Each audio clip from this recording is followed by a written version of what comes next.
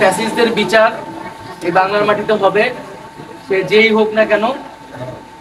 আমরা আইন শৃঙ্খলার পরিবেশ ধীরে ধীরে কিন্তু ফিরে আসছে এবং সেনাবাহিনীকে ম্যাজিস্ট্রেসি ক্ষমতা দেওয়া হয়েছে যাতে এই কার্যক্রমগুলো দ্রুত হয় এবং সারা দেশে যে মামলাগুলো রয়েছে অনেকগুলো মামলাই আসলে আবার গ্রহণযোগ্য নয়।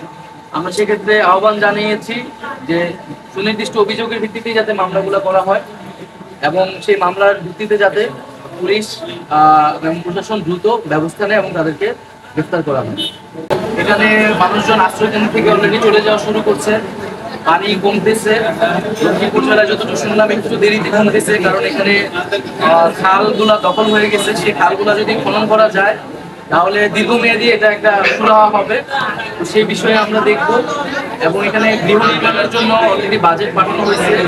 সেই বাজেট অনুযায়ী খুব দ্রুতই গৃহ নির্মাণ সহ তাদের যে জনস্বাস্থ্যের বিষয়টাকে আমরা সর্বাধিক গুরুত্ব দিয়ে দেখতেছি এবং দীর্ঘমেয়াদী যে পুনর্বাসন, তাদের শিক্ষা, স্বাস্থ্য থেকে শুরু করে এই জনগোষ্ঠীকে সহায়তা করার জন্য সরকার সার্বিকভাবে যাচ্ছে তাদের